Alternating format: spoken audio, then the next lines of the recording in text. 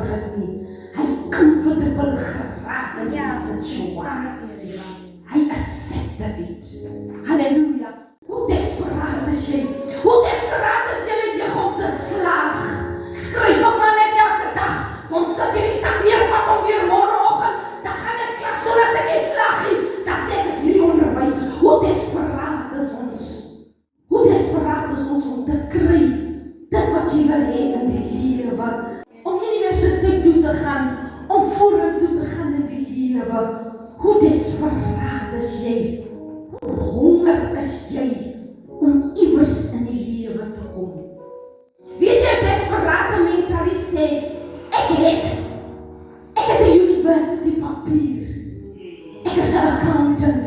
Maar as iemand vir ons sê, ag man, ons het net al skroppietjie vandag, daar in die stoelkamer, as ek desperate is, dan sal hy sê, ek los eers my papier.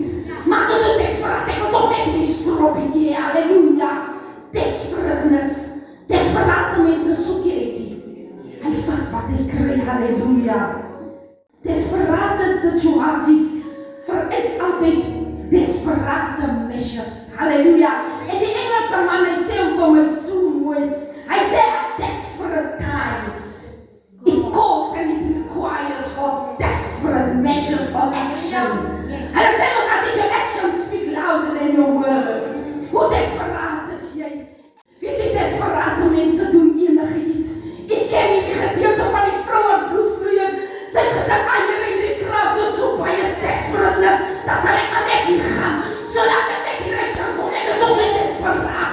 Daar is niks meer oplossing nie. Ek kon net hier so uitkom.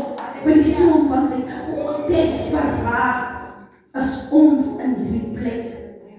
En Martin Luther, hy quote hierdie following words. En ek wil nie vir môre aanspoor daarmee.